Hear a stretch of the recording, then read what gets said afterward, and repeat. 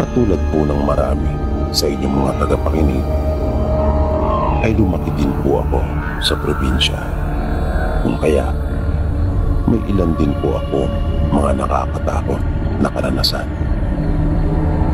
Ang una kong naging karanasan ay nang minsang utusan ako ni nanay na bumili ng sardinas at wiswa upang may maiulam kami sa hapunan. Malalayo ang pagitan ng mga bahay doon sa amin. Kaya nakiusap pa ako noon na kung maaari ay magkatay na lang kami ng manok. Kaya lang, di hamak na mas gusto talaga ng mga magulang at kapatid ko ang sardinas. Kahit ako ay mas gusto ko iyon. Kaya lang, dahil nga sa malayo ang bibilang tindahan, kung kaya iminungkahi ko na magmanok na lang muna kami. Pero dahil sa hindi na ganun karami ang mga alaga naming manok, kung kaya hindi rin pumayag sila nanay. Kaya wala na akong nagawa pa kundi ang sumunod. Naabutan ako ng halos 1 oras balikan sa paglalakad. At mabuti sana kung puro patag lang yung aking daraanan. Ang kaso mo ay hindi.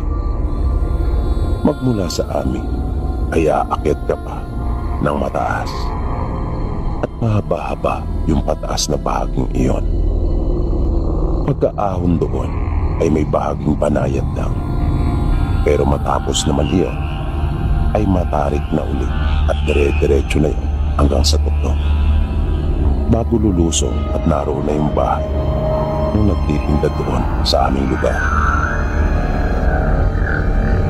Pagkatapos kong makabili at nang ako ay pauwi na, habang pababa ako ng bundok, ay bigla akong kinilabutan.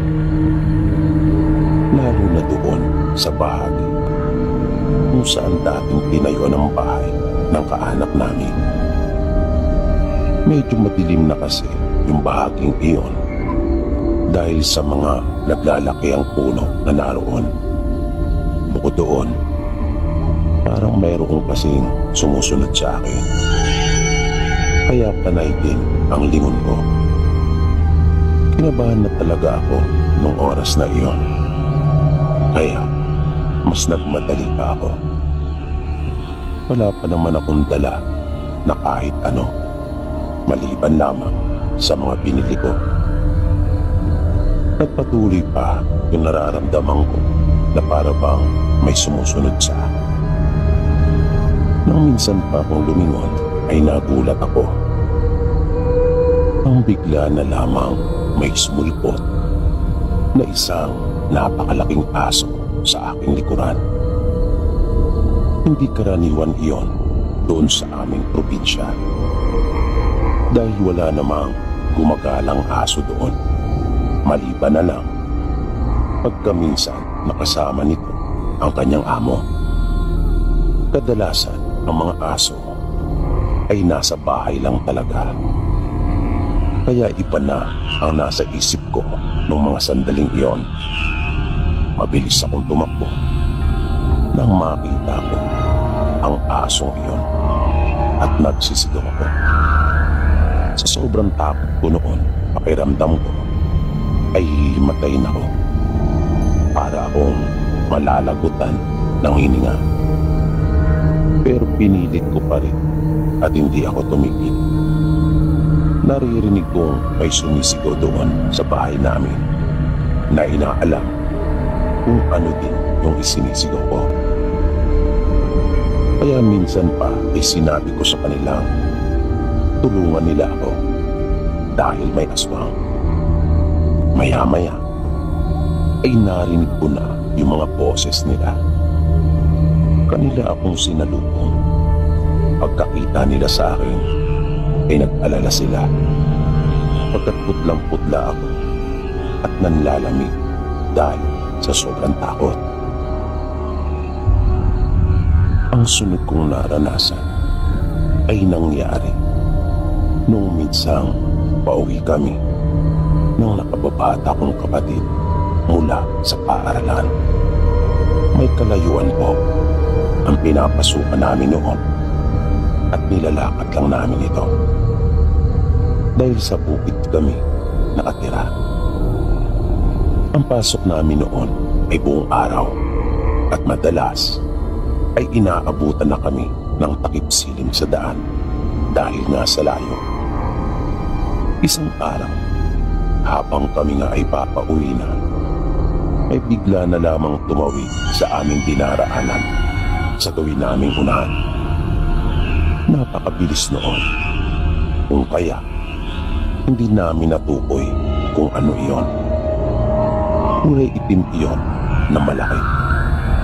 Ang una ko naisip talaga ay isang uri lang iyon ng hayop, pero di ako sigurado kung ano. Dahil hindi naman iyon nakakatulad ng isang baboy o aso. Nagulat talaga kaming magkapatid nang bigla iyong dumaan sa aming harapan. Kaya napatigil kaming sandali at pinalipas ang ilang minuto. Medyo natakot din kasi kami. At nung sa palagay namin ay wala na iyon doon, tsaka kami nagpatuloy sa paglakad. Pero iniwasan namin yung gilid ng daan kung saan namin iyon nakitang sumuot. Nang malampasan na namin yung bahagi ng daan kung saan namin nakitang lumusot yung hayop na iyon, ay nagmadali kami ng kapatid ko. At nang nakakalayo na kami, ay bigla naming narinig yung malakas na huni. Pero hindi rin ako sigurado kung yung nakita ba namin ang siyang lumilika ng tunog na iyon. Pero kakaiba din kasi yung paghuni nito. Panay ang lingon namin sa aming likuran. Di nagtaga ay may biglang bumulusok pa itaas mula doon sa masupal na bahagi sa ibaba ng daan. Para kasing bangin yung gilid ng daan na punong-puno ng iba't ibang uri ng halaman at mga puno. Dahil doon ay napasunod talaga at napako ang aming paningin sa biglang lumipad na iyon. Ang lapad ng pakpak noon at parang katulad sa uwak na nakakita ng patay na nagpapaikot-ikot ito sa itaas. Ang nakakapagtaka pa, parang hindi ito kasing hugis ng ibon. Maya-maya pa ay mas lalo ng dumilim. Kaya may halong takbo na yung ginagawa namin ng kapatid ko. Nang malapit na kami sa bahay, ay doon pa lang kami medyo nakahinga ng maluwag ng aking kapatid. At hindi pa po dyan nagtapos yung mga karanasan ko, Sir Bibi. Nung nag-aaral na ako ng high school, ay nangupahan po ako malapit doon sa aming paaralan. Dahil napakalayo po noon sa amin. Wala kasing malapit na paaralan ng high school doon po sa aming baryo. Nagtatrabaho na noon ang tatay ko sa Batangas bilang isang karpintero sa isang construction company. May mga kasama ako na taga sa amin at mura lang noon yung mga paupahan doon sa bahay para sa mga nag-aaral. May mga bago akong naging kaibigan noon sa mga kaklase ko, sina Lore at Nelly. Minsan, nagyaya si Nelly sa kanila. Niyaya niya kami ni Lore dahil binyag daw ng kanyang pamangkin. At dahil sa araw yun ng Sabado gaganap, kung kaya, nagpaalam na lang ako at nakisuyo dun sa kasama ko sa boarding house na taga sa amin, na sabihin sa mga magulang ko na Sabado na ako ng hapon makakauwi. Bali iyon yung unang pagkakataon na makakarating ako sa kanila. Kaya medyo excited din ako noong mga oras na iyon. Kinabukasan, tulad ng napag-usapan namin, ay sa harapan na lang kami ng aming paaralan nagkita-kita. Mga nagpo-board lang din kasi sila malapit doon. At nang magkita na kami, ay agad na kaming umalis. Masaya naman yung naging biyahe namin. Nang dumating kami kanila Nelly, ay naabutan naming abalang-abala ang mga taong naroon. At napansin ko, napakarami nilang handa. Hindi na kami sumama pa sa chapel at nagpaiwan na lang kami. Nang makabalik na sila, ay nagsimula na ang kainan. Nabusog talaga ako sa dami ng nakain. Kaya hindi talaga sumagi sa isipan ko ang anumang masama at negatibong bagay. Kahit saan ko kasi ibalik ang aking paningin, ay puro kasiyahan ang nakikita ko. Lahat ng nandoon ay pawang masasaya. Hanggang sa nagdesisyon na kami ni Lorraine na magpaalam na. Mag-aalas 2 na noon ng hapon. Pero pilit nila kaming kinukumbinsi na kinabukasan na lang umuwi. Doon na lang daw kami matulog. Marami daw kasing ikinukwento si Nelly sa kanila tungkol sa amin ni Lorraine. Hindi ko naman binigyan iyon ng masamang pakahulugan. Naisip kong marahil ay ganun lang talaga sila mag-estima ng kanilang mga bisita. Pero si Lorraine ay panay na ang pilit sa akin at sinasabing may napapansin daw siyang mga tao na naroon na panay ang titig sa kanya. At hindi umano maganda ang kanyang kutob dahil ang sasama umano nila makatingin na para bang mangangain ng tao at kailangan na daw niyang makauwi. Kaya sinabi ko sa kanyang ako rin naman ay inaasahan na sa amin na makapauwi ng hapon noong araw na iyon. Pero dahil sa mapili ang mga magulang at mga kaanak ni Nelly, kung kaya hindi na kami nakauwi at napilitang doon na matulog. Kaya nakisabay na lang kami sa kasiyahang itinadaos nila. Nang magsimula ng mag-uwian ang mga tao, ay niyaya na kami ni Nelly sa isang silid kung saan kami matutulog ni Lorraine. Sinabi niya sa amin, magpahinga na kami.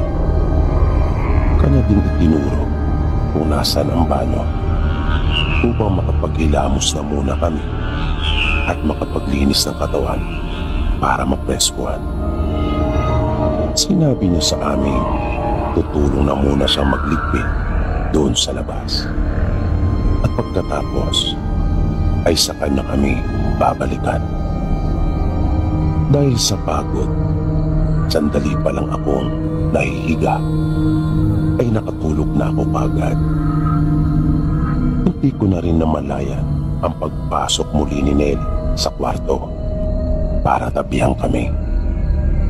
Basta ang natatandaan ko, nang magising ako ng mga madaling araw, ay may naaninagan akong mayroong nakasampa doon sa may bintana na nakatalikod sa amin. Nakatirik ang mga buhok nito at sa pagkakatingin ko ay parang tila mas mahaba ng bahagya yung kanyang braso at kamay kumpara sa karaniwan. Dahil sa takot ay hindi talaga ako umimik. Hanggang sa tumalon iyon ay sinikap kong huwag kumilos nang hindi niya ako mapansin. Doon ko napagtanto ang mga sinabi sa akin ni Lorraine tungkol sa masama niyang kutob. Bumalik sa aking alaala yung mga dati kong karanasan tungkol sa asma na lalong nagpakaba ng gusto sa akin. Bigla kasing naglaro sa isipan ko na paano nga kung aswang ang mga taga roon. Paano na kung aswang nga sila Nelly? Kaya agad kong naisip na kailangan namin makatakas.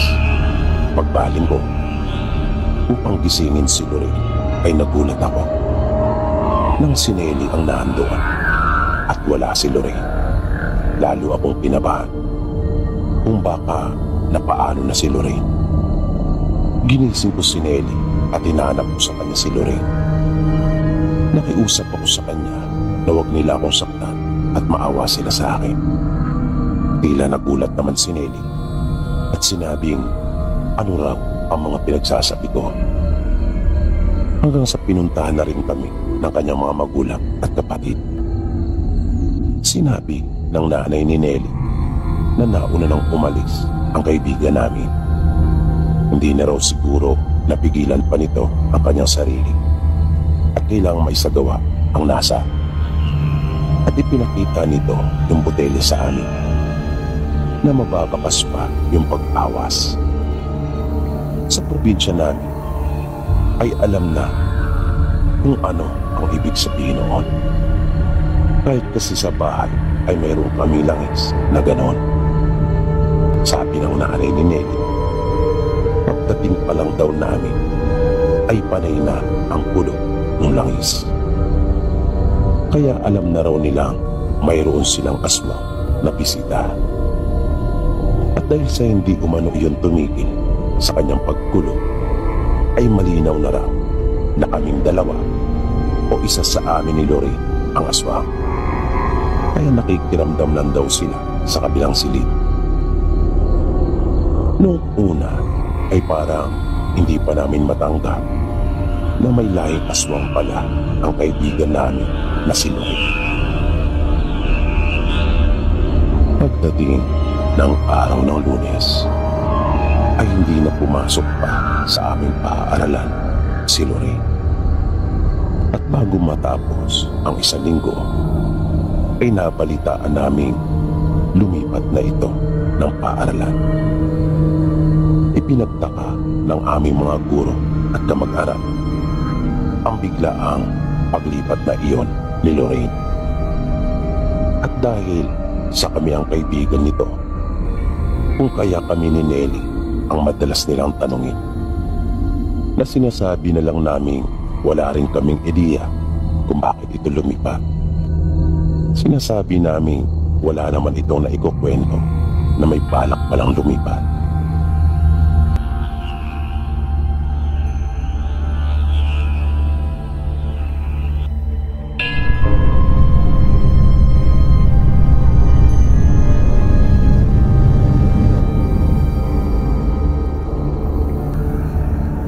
Ito pong kwento ko ay karanasan ni Lola, pati na ng kanya pong pamilya. Kaya matagal na panahon nang nangyari ang mga ito. Kwento ng lola namin noong ipinagbuntis ang kanyang kapatid na si Lolo Delpin ng kanila pong ina, ay katakot-takot na kababalakan ang kanilang naranasan. Nagsimula ang mga di karaniwang pangyayari sa kanilang mag-anak nang makakita si Lola Delia ng isang malaking tao na nakaupo sa balkonahe nila. Ang bahay nila noon ay may katamtaman lamang na laki, nayari sa pinaghalong kahoy, tabla at kawayan. Nakaangat ito sa lupa na ang pinaka-entrada ay isang balkonahe.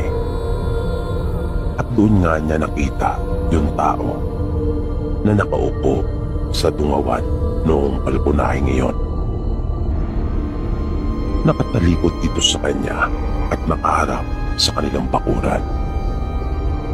May mahaba at malagong buhok ito na halos matakpan na ang kabuuan ng kanyang likod, na ang lapad ng likuran nito kung kaya niya nasabing malaki itong tao. At yung ulo nito ay halos sumayad na sa pasamano ng balkonahe. At napansin-pansin din ang malaking tenga nito na patubis. Dahil sa kanyang pagkabigla ay hindi siya nakapagsalita at panandaliang natulala. Pakiramdam niya ay nanigas ang kanyang buong katawan sa pagkakatayo.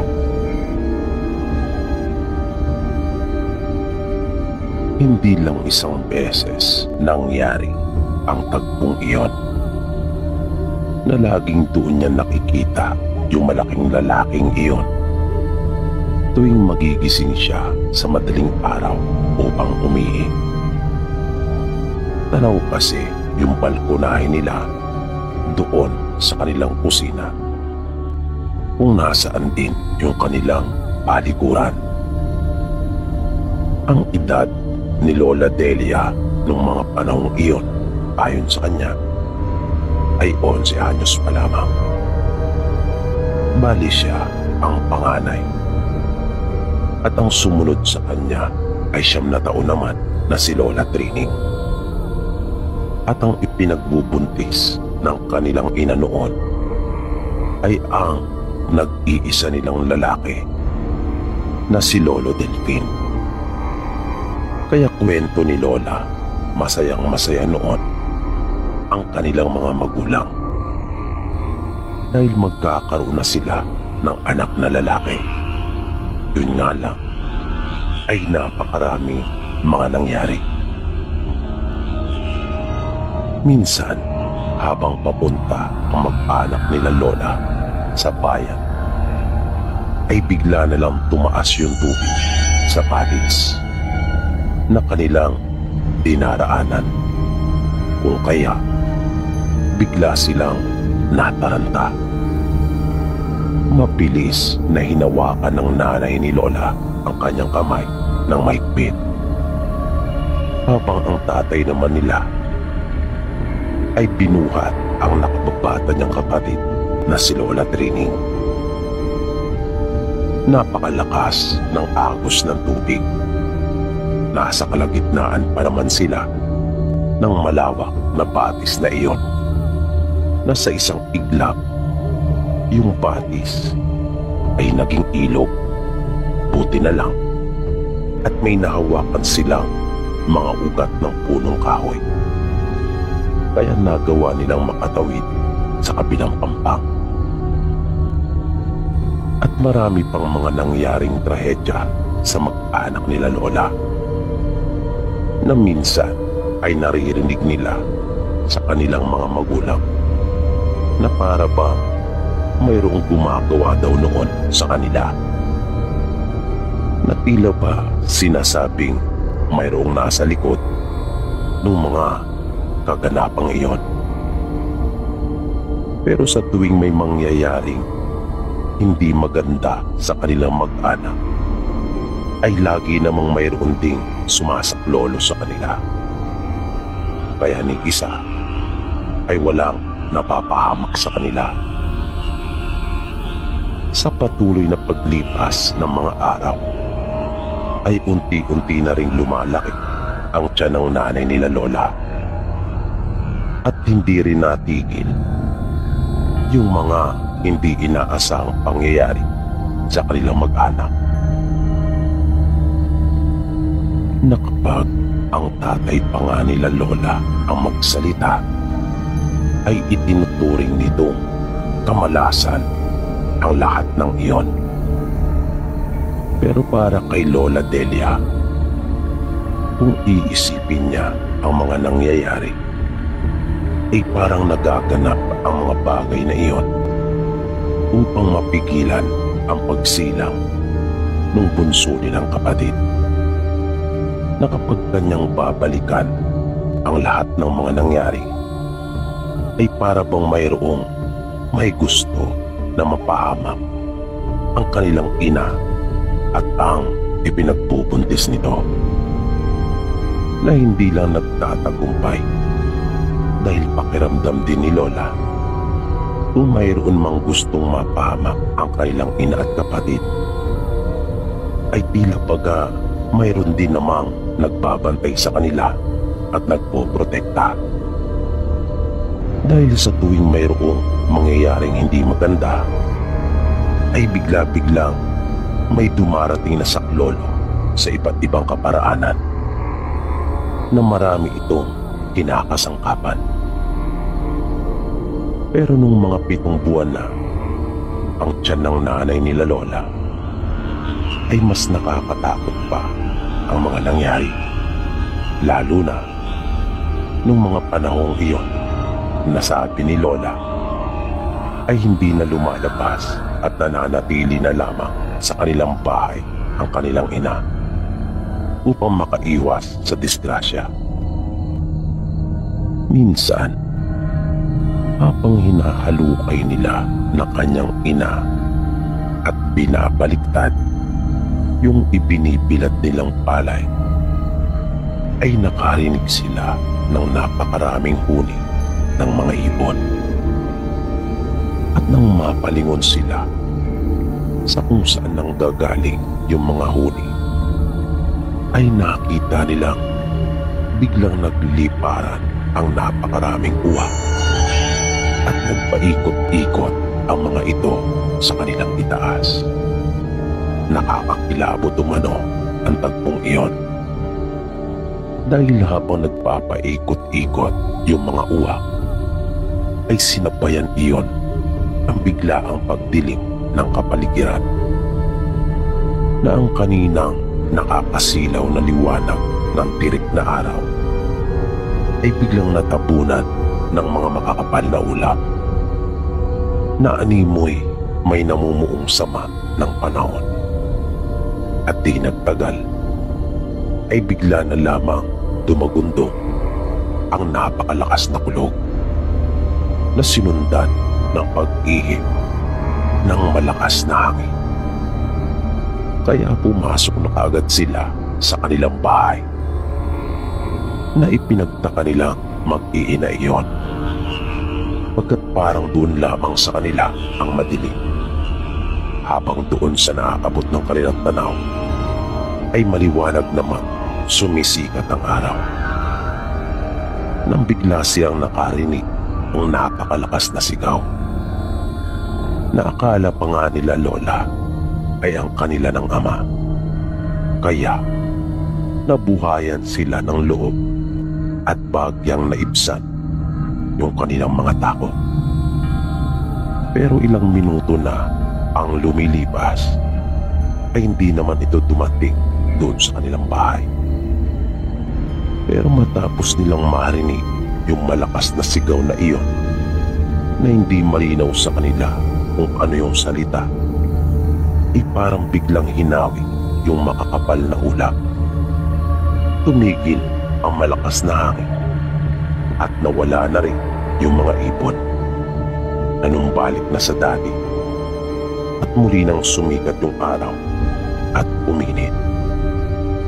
Pero hindi pa doon natapos ang lahat ng mga kapapalagan.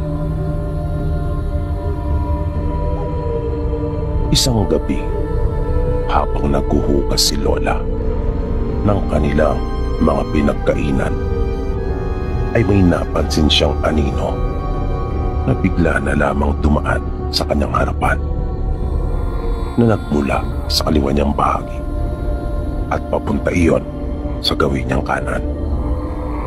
Kaya napasunod doon ang kanyang paningin.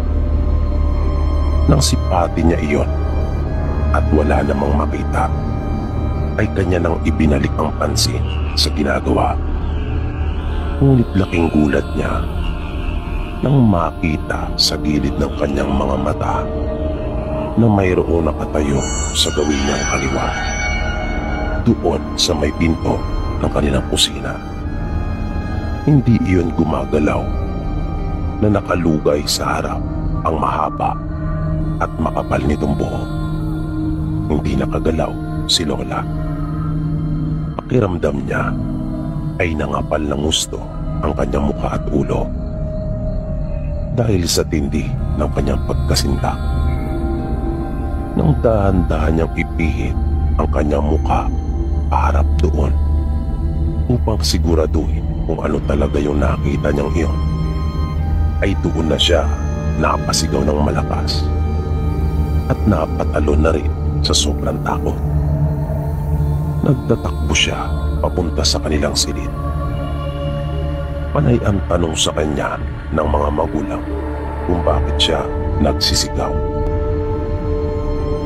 Kaya kahit umiiyak ay sinabi niya sa kanila sa pautal-utal niyang boses ang tungkol sa babae na kanya nakita, na nang puntahan ng kanyang ama ay wala naman na ito doon.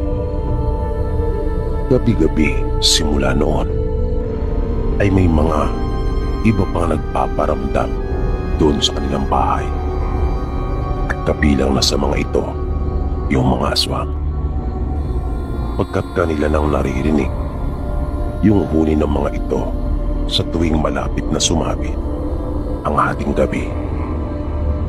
Minsan ay napapasigaw na lang ang tatay nila Lola sa sobrang galit sa mga ito. Napakiramdam nila ay ayaw silang tigilan. Isang gabi, naubusan ng petrolyo yung isa nilang ilawan, kung kaya inutusan si Lola Delia ng kanyang ama na salinan ito mula sa galon na kanilang lalagyan. Nang pababa na siya sa kanilang kusina para tumalima sa utos ng kanyang ama, ay napitawan niya ang hawak na gasera dahil sa sobrang gulat. Takot na takot siyang bumalik sa itaas at isinumbong sa kanilang ama ang kanyang nakita. Nakita niya kasi ang isang aswang na nagawa ng mabuksan yung bintana at naipasok na nito ang kalahating katawan. Kaya mabilis na kumilos ang kanilang ama at magkasama nilang pinuntahan. At napatunayan nga niyang totoo ang sinasabi ng kanyang anak na si Lola Delia. Pagkat nakapatong na sa kanilang lamesa ang aswang at may isa pang nasa may bintana at papasok rin. Hayok na hayok ang mga ito na matinding naglalaway, na yung isa pa nga ay nagsasalit-salitan ang kanyang mga kamay sa paghimas ng kanyang leeg. Napamura sa galit ang kanilang ama at mabilis na iniangat ang itak. Walang pakundangan niyang iwinas-iwas iyon sa mga ito. Mabilis naman iyong iniwasan ng mga aswang. Nagawa nilang mailagan iyon dahil na rin sa angkin nilang bilis. Kwento ni Lola, gusto niyang tulungan ng ama pero hindi naman niya alam kung paano, lalo na nang makita niya ang mga ito na susugurin na ang kanyang ama. Ayon kay Lola, napasigaw na lamang siya talaga ng ubod lakas dahil nag-alala siya para sa tatay nila. Pero nagulat daw sila kapwa ng kanyang ama nang makita nila ang mga ito na animoy mga puting na dinampot at hinawakan sa gawing likod at saka inihagis. Sumalampak ang mga ito sa may haligi at makailang ulit pa umanong bumalandra sa dingding. Na nang makahanap ng pagkakataon ay nagmamadali ng tumakas palabas. Malaking palaisipan para kanila Lola yung nangyaring iyon, pagkat di nila alam kung saan nagmula yung malakas na pwersang iyon, na ang tatay nila Lola ay napabuntong hininga na lamang at naitanong umano kung kailan ba raw iyon matatapos. Na ang kasagutan sa tanong na iyon ng kanyang ama ay nalaman lamang nila nang sumapit na mismo yung araw ng panganganak ng kanilang ina, na sabi ni Lola ay sinabayan pa iyon ng isang malakas na pagulan na may kasamang malakas na hangin. Pero wala namang napabalitang bagyo noong mga panahong iyon. Ngunit ang lahat ng kanilang pangamba ay nabawi at napalitan ng saya. Nang kanila nang marinig yung unang pag-iyak ng kanilang kapatid. Kaya nagmamadali silang pumasok sa silid upang masilayan yung kanilang bunso. Pero laking gulat nila. Yung nag-uumapaw nilang tuwa ay biglang nawala. Nang maabutan nila yung kumadro ng tulala at tangan-tangan nito sa kanyang kamay ang lambing na may nakapatong na mga ugat at baging na kasinlaki ng isang sanggulang haba. Habang yung kanilang ina ay nakahigang walang malay. Mabilis nilang iginala ang kanilang paningin pero wala silang nakitang sanggol na naroon. Nang magising ang kanilang ina, kahit ito ay hindi makapaniwala sa nangyari. Ang sanggol na 9 na buwan niyang dinala sa kanyang sinapupunan ay nawala na lamang bigla na parang bula. Ang kumadrona naman ay tuluyan ng hindi nakapagsalita at sinasabing napaliw na. Lagi lang itong tulala. Sabi ni Lola, may kutob daw ang kanilang ama na marahil yung kanilang kapatid na pinangalanan nilang Delphin ay anak ng isang engkanto at kinuha na ito. Kung kaya nga raw umpisa pa lamang ay marami ng tutol at tumahad lang na maaaring hindi ito karaniwang engkanto at marami ang masasagasaan at maaapektuhan kapag naisilang yung sanggol na anak nito na marahil ay alam din umano ito ng kanilang ina, ngunit ayaw lamang ipaalam sa kanila.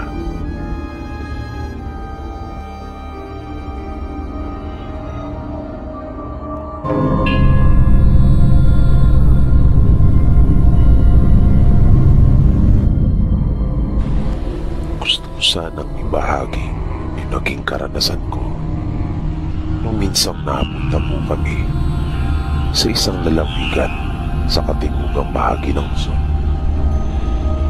Di ko po masasabi ng tahasan na aswang talaga yung aming mga nakaharap doon.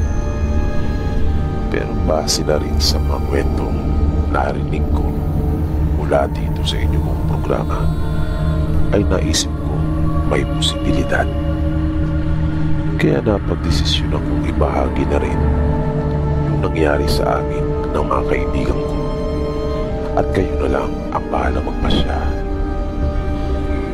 Madaling araw pa lang ng mismong araw ng alis namin nang magkita-kita kami noon ng mga kaibigan ko sa Kamyas doon sa may Quezon City. Napagkasunduan kasi namin doon sumakay ng bus papunta doon sa aming destinasyon. Masayang masaya noon ang lahat. Tandang-tanda ko pa nga na halos hindi nawawala yung mga ngiti sa labi ng mga kaibigan ko. Maging ako noong oras na iyon ay masayang masaya din. Wala kaming tigil sa pagkukwentuhan. Akala ko ay nung lang muli kami nakita-kita, samantalang halos araw-araw naman ay magkakasama kami lagi. Siguro ay ganun talaga kapag masyado nang malapit ang loob sa isa't isa. Nang dumating kami doon sa lugar ay tanghali na. Pagkatapos kasi namin bumaba ng bus noon ay may sinakyan pa kaming jeep at medyo malayo pa yung aming biniyahe. Ang una ko kaagad napansin pagbaba namin mula doon sa jeep ay yung kumpol ng mga tao na naandoon sa may kanto ng isang daan papasok. Nakita ko kasing nagbubulungan sila. At hindi ko rin gusto yung paraan ng pagkakatitig nila sa amin. Na naglalakad na kami papasok ay parang kinabahan ako. Hindi ko maintindihan ang sarili ko noon. Ang lakas ng kaba sa aking dibdib. Na tila ba may mangyayaring masama. Pero wala akong anumang ideya sa kung ano yung panganib na nagbabadya. Sabi sa amin ng isa naming kaibigan, hindi naman daw malayo yung aming lalakarin at amin ang mararating yung bahay ng kanyang kaanak.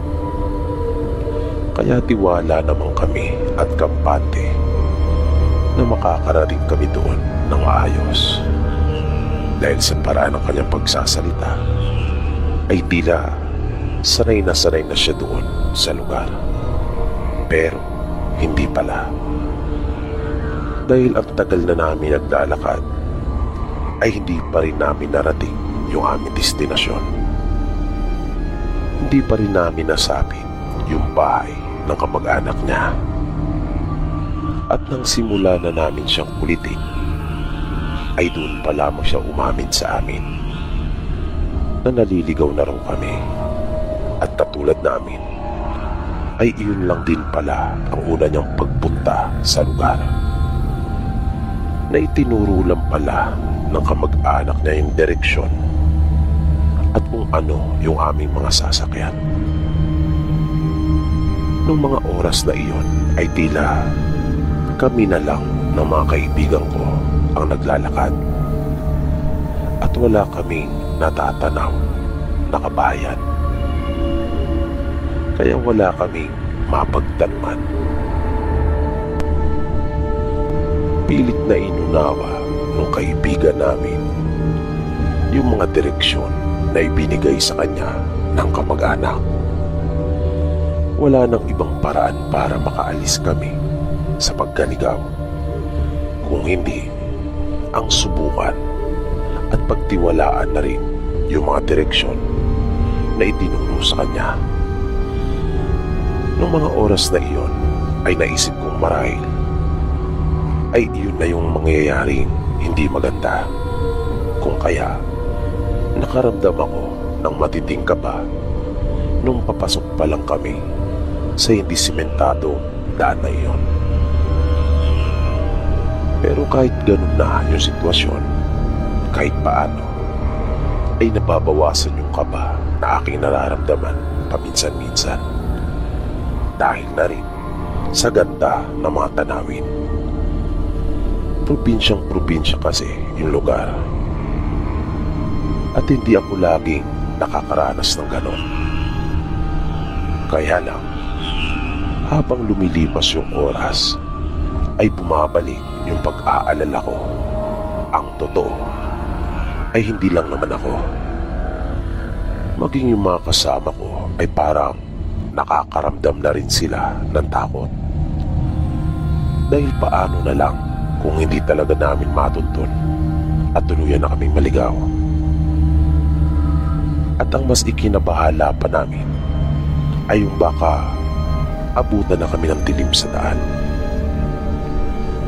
Nang mga mag-aalas 4 na siguro iyon ang hapon, habang patuloy pa rin namin sinusubukan na matuntun yung bahay ng kaanak ng kaibigan namin, ay iminungkahi ng dalawa naming kaibigan na bumalik na kami habang maliwanag pa. Pero sinabi ng kaibigan namin na subukan pa namin na tahakin yung daan pagkat malakas daw yung kutob niya na baka nasa unahan na yung bahay na aming pupuntahan. At sinang-ayon na naman iyon ng dalawa pa naming kaibigan, kung kaya nagpatuloy pa kami. At may nakita nga kaming kabayan. Sa pagkakatanda ko ay may mga 5 iyon na halos magkakatabi. Kaya natuwa kami noon na yung kaibigan namin na siyang nagyaya sa amin doon ay napasabi pa nang yun nga daw yung sinasabi niya, at tila may pagmamayabang pa na sinabing hindi ba raw at tama siya. Tama daw yung kutob niya. Hindi na namin pinansin pa yung mga iba pa niyang sasabihin at pagyayabang. Parang nagmamadali na kasi yung mga paa namin na nag-uunahan para lang makarating na doon. Habang papalapit kami ay napansin na kami ng mga taong naroon, at nakita namin unti-unti nang kumapal yung bilang ng mga taong naroon doon sa may bakod na tila ba hinihintay kami. Nang tuluyan na kaming makalapit sa kanila ay pansamantala kaming natigilan. Nakita ko yung kaibigan namin na tinitingnan niyang mabuti yung mga tao na kanya silang sinisino at iniisa-isa, at tila hinahanap yung kaanak niya. Na ipinagtaka ko iyon, at siguro maging yung iba pa naming mga kasama ay nagtaka rin nang makita yung reaksyon nito. Dahil isa yung reaksyon na nagsasabing hindi niya nakikilala yung mga taong nasa harapan niya. At hindi ko po alam kung tao nga ba ang mga iyon, Sir Bibi. Dahil para silang mga mangangain ng tao. Sa pagkakatitig pa lang ng iba sa amin, ay mararamdaman mo hindi nila nagustuhan yung presensya namin doon. Habang yung iba naman ay tila ba kabaliktaran. Parang masayang-masaya na makita naman kami. Pero yung napapansin naming saya sa mukha nila ay hindi lamang saya ng pananabik, kundi parang may halong pagkatakam. Kaya ako nasabi ay dahil sa napapatila pa yung iba. Tama po yung narinig nyo, sir. Naglalabas-masok yung dila ng iba na natatakam para pansamantalang maputol yung hindi magandang tagpong iyon. Ay nagtanong yung kaibigan namin sa kanila kung kanila bang nakikilala yung kanyang kaanak, kung taga-roon pa raw ito. Pero hindi siya sinagot ng kahit isa sa mga iyon. Isa ang nagsalita, pero ang sinabi ay pumasok daw muna kami sa kanilang bakuran, magpahinga, at kung maaari ay doon na daw kami magpalipas ng gabi, pagkat sigurado raw na kami ay mga pagod na. Pero dahil sa hindi magandang nararamdaman namin patungkol sa kanila, kung kaya tinanggihan namin ito at nagpasalamat na lang sa kanilang iniaalok. Tumalikod na kami at nagmamadaling tinahak yung daan pabalik. Nagmadali kami pagkat malapit nang lumubog ang araw. Ramdam kasi namin na may masamang tangka ang mga taong iyon sa aming magkakaibigan, na sa tingin nga namin ay hindi basta mga karaniwang tao lamang sila. Masama ang kutob namin. At medyo nahiwagaan pa nga kami sa kanila dahil parang hindi sila makalabas ng kanilang bakuran at tila umiiwas sila sa liwanag ng araw. Kaya kapansin-pansin din na yung pinagtirikan ng kanilang mga bahay ay napapalibutan ng mga malalaking punong mayayabong ang dahon, at naroon sila nakatayo kung saan mayroong lilim. Nung nakaharap namin sila Bukod sa pangamba na baka sundan nila kami, ay ipinag-alala din ng mga kasama ko yung direksyon pabalik. Hindi lang kasi isang diretso yung aming tinaanan. Sinabi ko sa kanila na ako ang mauuna at kanila na lamang akong sundan. Nung makaramdam kasi ako ng hindi maganda, bago kami pumasok at tinapang daan, ay binuksan ko yung malaki kong baon na kornik at nag-iiwan ako ng butil sa dinaraanan namin. Kaya iyon yung sinundan namin pabalik.